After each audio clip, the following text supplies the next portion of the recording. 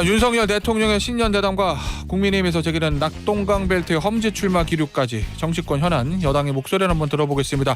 이용호 국민의힘 의원과 전화로 연결되어 있습니다. 의원님 안녕하세요. 네, 안녕하세요. 자, 의원님 어제 저 대통령 신년대담 보셨죠?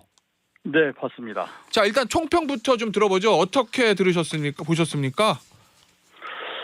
저는 처음에는 마음을 좀 졸이고 보기 시작했는데요. 예. 볼수록 좀 흥미롭게 예.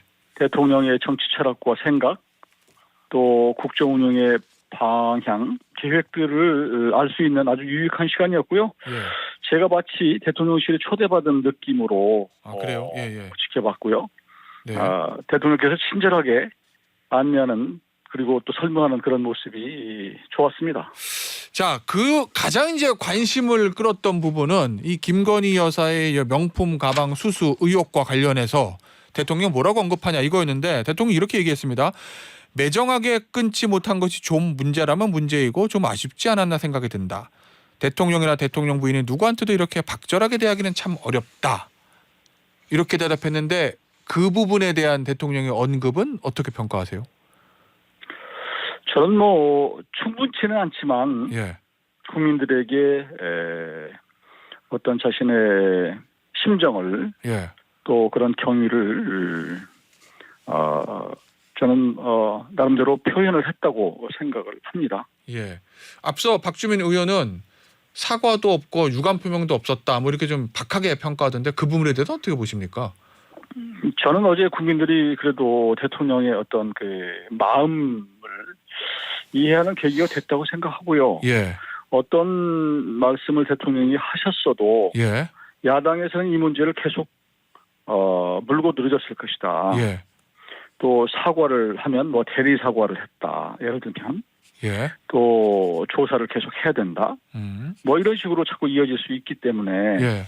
저는 그런 여러 가지 대통령께서는 고민을 해서 예.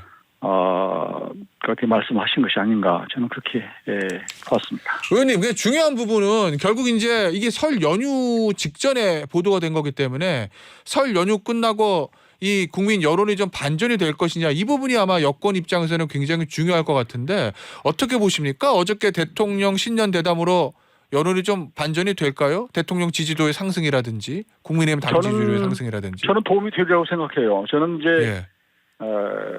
물론 국민들이 기대가 네. 어느 수준이었는지 모르겠지만 그게 또 충분히 기대에 부응했는지는 모르겠지만 그래도 네. 모처럼 대통령께서 소탈한 모습으로 또 나름의 여러 가지 국정 운영이나 고민 또 국민들이 궁금해하는 부분을 설명을 했다. 그리고 예. 설명하는 모습에 상당히 저는 진정성이 있었다고 생각을 해요. 예. 다만 지금 사과를 안 했다 이런 문제 갖고 자꾸 이제 야당에서는 공세를 취할지 모르지만 예. 그러나 그런 부분까지도 포함해서 그 설명하는 모습 자체가 저는 상당히 진정성 있게 저는 다가왔다고 생각합니다. 어떤 인간적인 예. 고뇌 또 부부간의 여러 가지 또 관계 이런 여러 가지가 있지 않았겠습니까? 그리고 실제로 알겠습니다. 이 문제를 예. 이 문제가 기본적으로는 친북 인사에 치밀하게 기획된 정치 공작이다 이렇게 보는 것은 맞는 것이기 때문에 그런 측면에서 본다면 어제 정도 얘기하는 것들도 국민들에게 보기에 따라서는 충분히 이해가 될 수 있다. 저는 그렇게 평가합니다. 이 제2부속실 설치와 관련해서 그 부분에 대한 질문에 대해서 대통령은 비서실에서 검토하고 있다. 네. 다만 제2부속실이 이런 일을 예방하는 데는 별로 도움이 안 되는 것 같다. 저나 제안회가 국민께서 걱정 안 하도록 사람을 대할 때 좀 더 명확하게 단호하게 해야 된다. 이렇게 얘기했거든요. 이 얘기는 네네. 제2부속실 의미로 읽으십니까? 아니면 설치 안 하겠다는 의미로 읽으십니까? 저는 설치하겠다는 뜻으로 받아들였습니다. 예. 다만 이제 이게 제2부속실이 설치되더라도 네. 또 특별감찰관이 도입되더라도 네. 사전에 이 부분을 예방할 수 있느냐. 이건 좀 다르다는 것이죠. 예를 들어서 제2부속실이 생겨도 어떤 일정을 짤 때 어떤 분이 이렇게 최 목사 이렇게 친북 인사 최 씨처럼 집요하게 여러 가지 방법을 동원해서 좀 만나달라 이러면 참 말씀하신 대로 자르기가 어려운 측면이 있거든요. 예. 또 자르면 나중에 너무 이게 그 대통령 접근하기 어렵다, 소통이 안 된다 그런 비판이 나올 수 있기 때문에 네.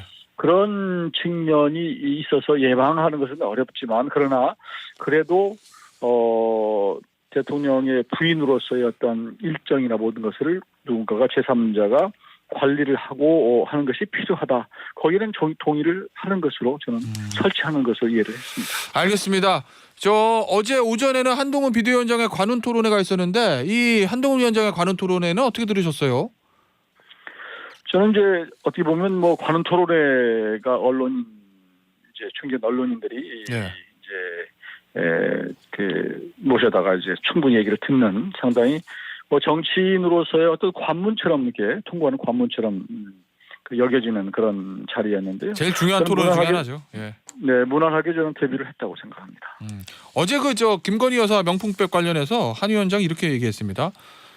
저열한 몰카 공작이 맞다. 그림 찍기 위해서 한 것이다. 하지만 경호 문제나 여러 전후 과정 등에서 국민들이 걱정할 만한 부분이 있다라고 대답을 하고 국민들이 걱정할 부분이 뭐냐라는 구체적으로 말해달라는 질문에는 생각하시는 것과 같다. 이렇게 대답을 했거든요. 이 부분에 대한 한동훈 위원장의 언급은 어떻게 평가하십니까?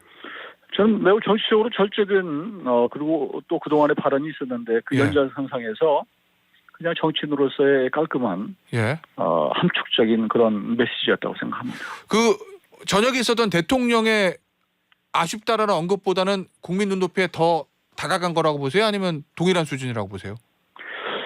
아마 그 한동훈 위원장이 얘기한 정도가 예. 대통령께서 말씀하신 이런 것과 큰 차이는 없어 보입니다. 아, 그래요? 그러니까 예. 결국은 대통령께서도 국민들이 걱정하는 부분이 생기지 않도록 예.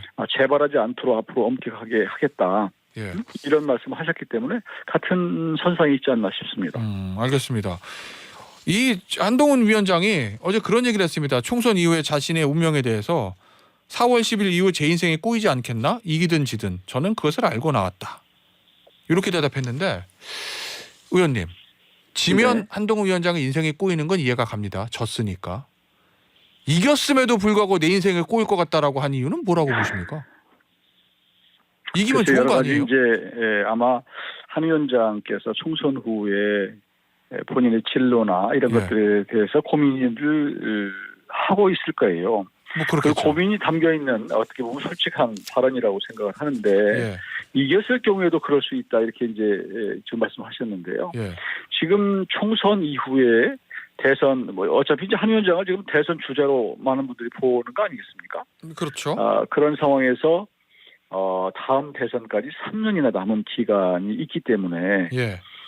이번 총선의 승패와 상관없이 또 서로 또 승리를 하더라도 그 과정이 굉장히 지난하다고요. 예. 그런 의미로 어떤 고민이 담겨 있지 않나 그렇게 봅니다. 3년 동안의 일종의 권력 투쟁을 해가야 되는 그 지난한 과정에 대한 걱정을 표현한 거다. 이런 네. 의미신 거죠? 저는 뭐 권력 투쟁이라기보다는 예. 그 지난한 과정을 어떻게 그게 펼쳐질지 예.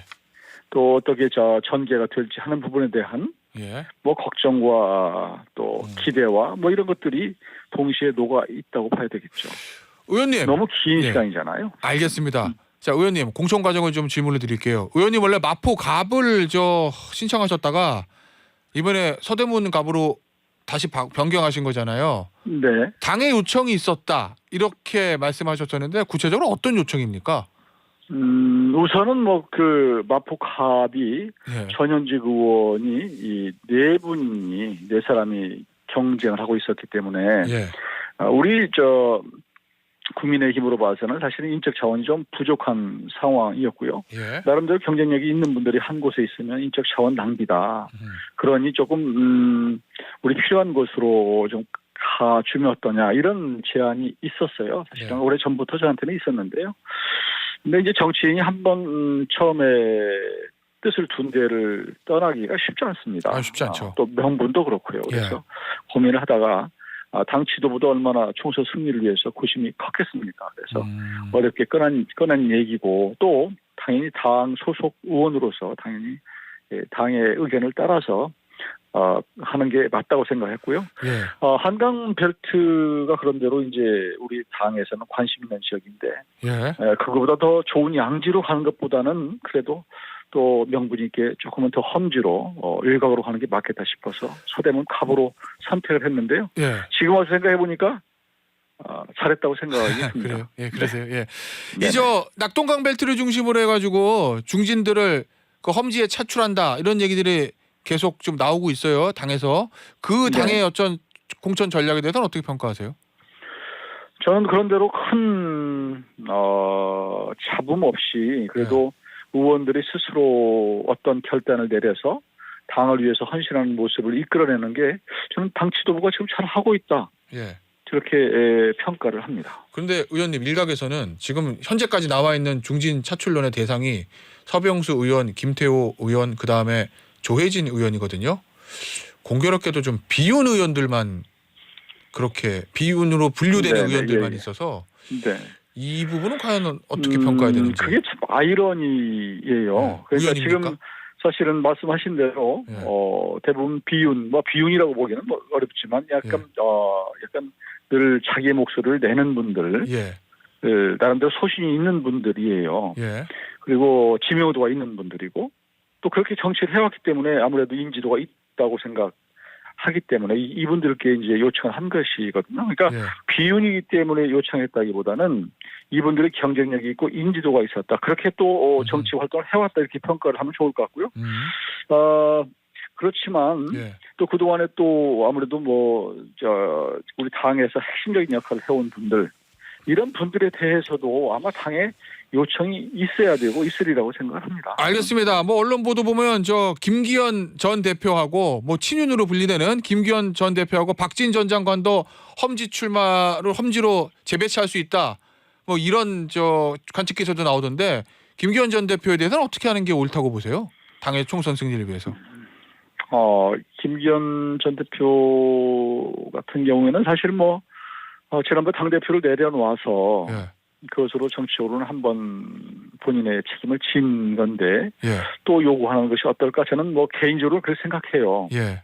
그렇지만 조금 전에 말씀드린 대로 그동안에 당에 좀 책임을 더 가진 우리 당의 능력 있는 분들이 또 필요하다면 예. 또 헌신하는 기회를 본인의 선택에 따라서 있을 수 있다. 예. 근데 어디까지나 이제 그분들의 의견이 존중돼야 된다고 생각합니다. 강압해서는 안 되고요. 알겠습니다.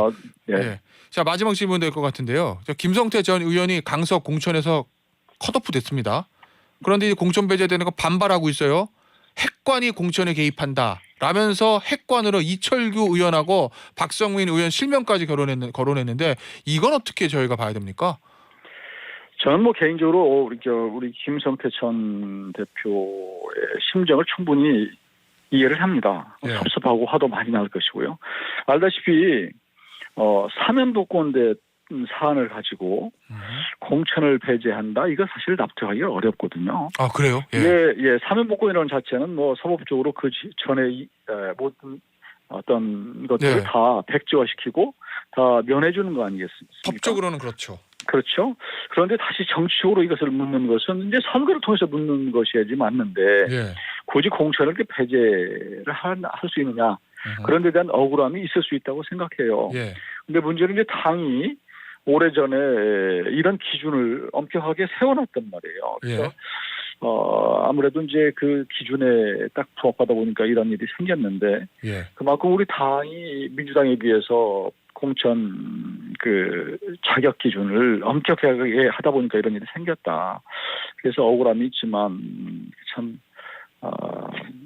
어떻게 할까? 본인의 심정 이해하면서도 우리 당의 그런 기준, 엄격한 기준 때문에 생긴 그런 아주 극명한 그런 풍경이 아닌가 싶습니다. 알겠습니다. 처음부터 그분을 대상으로 해서 그랬을까? 알겠습니다. 그런 오늘 의미도 듭니다. 여기서 마무리하도록 하겠습니다. 국민의힘의 이용호 의원이었습니다. 감사합니다, 의원님. 네, 감사합니다. 네.